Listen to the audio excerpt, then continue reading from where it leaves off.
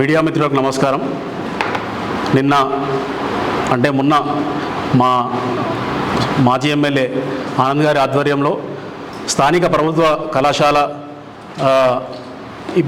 విద్యార్థులు ఇబ్బంది పడుతున్నారు కాబట్టి మేమందరం వెళ్ళి సందర్శించడం జరిగింది.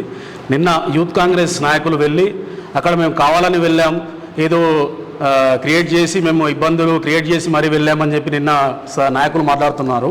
యాక్చువల్గా ఇది 28th రోజు పేపర్లో వచ్చింది కళాశాల పరిస్థితి ఇది అని చెప్పి, వాట్సాప్ న్యూస్ గ్రూపుల్లో వచ్చింది. స్థానికంగా ఉన్న విద్యార్థులు వాళ్ళ తల్లిదండ్రులు మాకు రిక్వెస్ట్ చేసి మీరు వచ్చి సందర్శిస్తే కళాశాల పరిస్థితి కొద్దిగా మెరుగుపడుతుంది, తాగుటిండి సమస్య కావచ్చు, టాయిలెట్ల సమస్య కావచ్చు, కొంచెం బాగు చేస్తారనే ఉద్దేశంతో మాకు రిక్వెస్ట్ చేస్తే మేము వెళ్ళడం జరిగింది. దానికంటే ముందే వాళ్ళు కలెక్టర్ గారికి వినతిపత్రం ఇచ్చారు, స్థానికంగా ఉన్న ఎమ్మెల్యే గారికి, అధికారులకు అందరికీ రిక్వెస్ట్ చేశారు. అయినా వీళ్ళు ఒక్క పని కూడా ముందుకు తీసుకెళ్ళలేరు. మొన్న మేము వెళ్ళగానే నిన్న వచ్చి మేమే ఈరోజు బోర్ వేయిస్తున్నాము అంటే మొన్ననే బోర్ వేయించినప్పుడు వచ్చినామని చెప్తా ఉన్నారు. మొన్న మేము పోయినప్పుడు బోర్ లేదు, బోర్ పైపులు లేవు, వెహికల్ లేదు, ఏది లేదు. నిన్న వీళ్ళు పోయి మేము దీని గురించి మేము ప్రశ్నించగానే నిన్న హుటాహుటిన బోర్ వేయించడం జరిగింది. అది ఎంతవరకు వచ్చిందో ఏం కథనో మళ్ళీ మేము ఎంక్వైరీ చేస్తాం దాని గురించి కూడా. ఇంకా చూస్తూ ఉంటే మేమేదో వాళ్ళ క్లాసులలో లైవ్లో వీడియో ఉంది. స్థానికంగా నిన్న మీడియా మిత్రులు కూడా చూశారు. ఒక తరగతి గదిలో వెనుక వైపు ఒకటి ముందర వైపు ఒకటి క్లాసులు నడుస్తూ ఉన్నాయి. వాళ్ళు ఫస్ట్ ఇయర్ ఒక క్లాస్ అంటే సెకండ్ ఇయర్ క్లాస్, అది లైవ్లో విద్యార్థులు చెప్పిన విషయం. అది లైవ్లో వీడియో ఉంది, అది ఏ వీడియో కాదు, లైవ్లో ఉన్న వీడియో అది. దాన్ని కూడా మేమే కావాలని క్రియేట్ చేశామని చెప్తా ఉన్నారు నాయకులు. వీళ్ళకు కూడా తెలుసు మెట్ల మీద క్లాస్ రూమ్ తరగతి ఉంది, బండలు లేకుండా భూమి మీద కూర్చొని విద్యార్థులు పాఠాలు లెక్చరర్ చెప్తా ఉన్నారు. అది కూడా వీడియోస్తో సహా రికార్డింగ్స్ ఉన్నాయి. వీళ్ళు అయినా కూడా వీళ్ళకి తెలియదన్నట్టు అన్నీ తెలుసు వీళ్ళకు, కానీ ఏది మేమే క్రియేట్ చేశామని చెప్పి మైక్ల ముందులో వచ్చి మేకపోతు గాంభీర్యాన్ని ప్రదర్శిస్తూ ఉన్నారు. దీన్ని మేము తీవ్రంగా ఖండిస్తూ ఉన్నాం. బీఆర్ఎస్ ప్రభుత్వంలో విద్యాశాఖ మంత్రి మేడం సత్యేంద్రరెడ్డి గారు ఉన్నప్పుడు స్థానిక ఎమ్మెల్యే ఆనంద్ గారి చొరవతో ₹1 కోటి శాంక్షన్ చేసి బిల్డింగు మేము కట్టడం జరిగింది. ఇప్పుడు కొంచెం వాళ్ళ గోడలు లేపి తరగతులు నిర్మిస్తే చాలు, దానికి కూడా వీళ్ళు కాలయాపన చేస్తూ ఉన్నారు. ఇప్పుడు కలెక్టర్ గారు ఇచ్చారని చెప్పి వాళ్ళే చెప్తున్నారు. కలెక్టర్ గారు ఇచ్చారు కరెక్టే, మరి ఇప్పుడున్న స్థానిక ఎమ్మెల్యే ఎందుకు నిలవడం లేదు? దాన్ని మేము ప్రశ్నిస్తూ ఉన్నాం. దీనిపైన ఇంకోసారి మీరు ప్రజలకు పనికొచ్చే పనులు ఏదైనా చేయండి, మేము అంటలేం, కానీ ప్రతిపక్ష హోదా మాకుంది కాబట్టి బరాబర్ మేము ప్రశ్నిస్తాం. మా నాయకులు కేసీఆర్ గారు, కేటీఆర్ గారు చెప్పినట్టు ఇప్పటిదాకా ఒక లెక్క, ఇప్పటి నుంచి ఒక లెక్క. వికారాబాద్లో ఏ ప్రజలకు కానీ విద్యార్థులకు కానీ ఇంకెవరికైనా ఏ సమస్య వచ్చినా ఈ గులాబీ కండువా, గులాబీ జెండా వేసుకొని తప్పకుండా మేము ప్రజల దగ్గరికి వస్తాం. మీ నాయకులను కానీ మీ కాంగ్రెస్ నాయకులను ప్రశ్నిస్తాం. దీన్ని ప్రజలకు సమస్య లేకుండా చూడండి. అందరికీ ధన్యవాదాలు.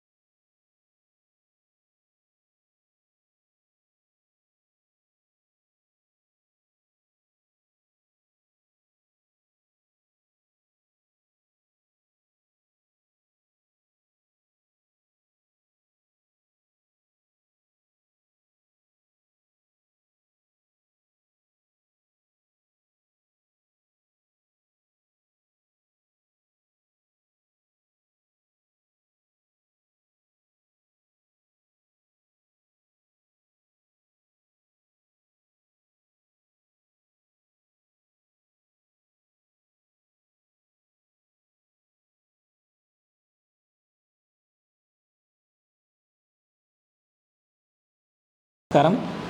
ఈ ప్రెస్ మీట్ సందర్భంగా ఎందుకు పెడుతున్నామంటే మొన్న మేము వికారాబాద్ కళాశాల ప్రభుత్వ కళాశాలను సందర్శించడం జరిగింది మాజీ ఎమ్మెల్యే గారితో కలిసి.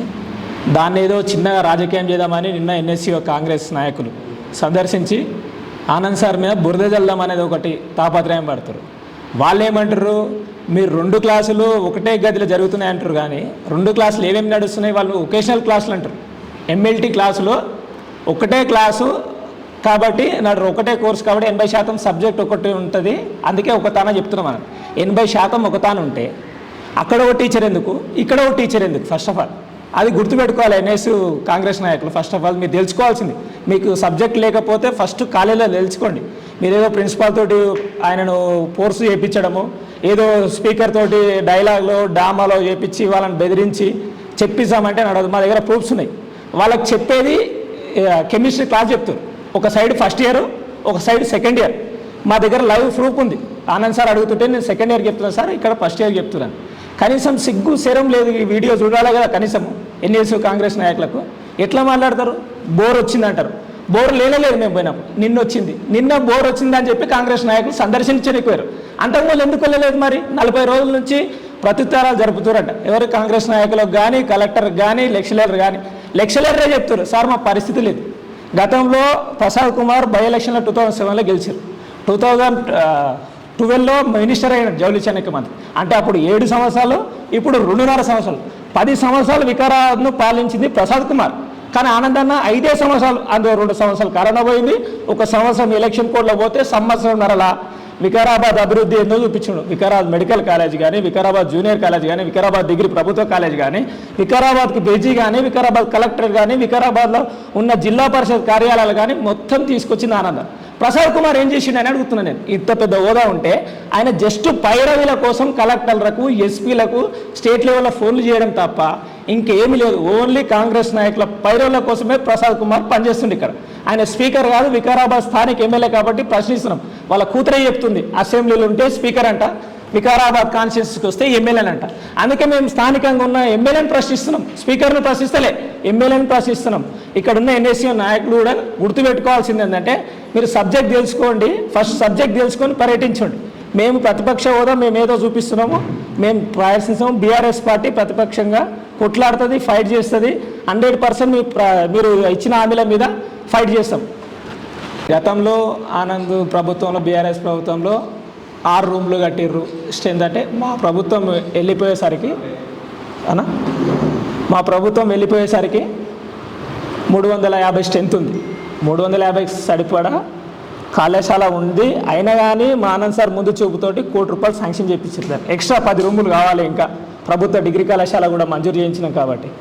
ఆయన ఇప్పుడు స్ట్రెంత్ పెరిగింది. ఎప్పుడు 2024-25లో 400 అయింది, 2026లో 800 అయింది. మరి స్ట్రెంత్ పెరిగినప్పుడు మీకు కనీసం ఇటుక గోడలు పెట్టి గదులు పెంచాలనే సోయి లేకుండా స్పీకర్కు. ఒకటి గుర్తుపెట్టుకోండి ఎన్ఎస్సీ నాయకులారా, మీరు ఏదో స్పీకర్ భజన చేద్దామనో లేకపోతే ఆ భజన చేద్దామని కాదు, విద్యార్థుల భవిష్యత్తు మీద ప్రోగ్రామ్ చేయండి.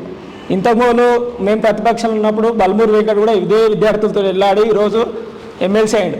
ఈడ మీరు ఏదో అయిదామని వికారాలు చేద్దామనుకుంటే మీ కాలం జరిగిపోయింది, మీ నూకలు దగ్గర పడ్డాయి, మీ టర్మ్ అయిపోయింది కూడా. ప్రసాద్ కుమార్ కూడా చెల్లని రూపాయి అయిపోయింది వికారాబాద్లో.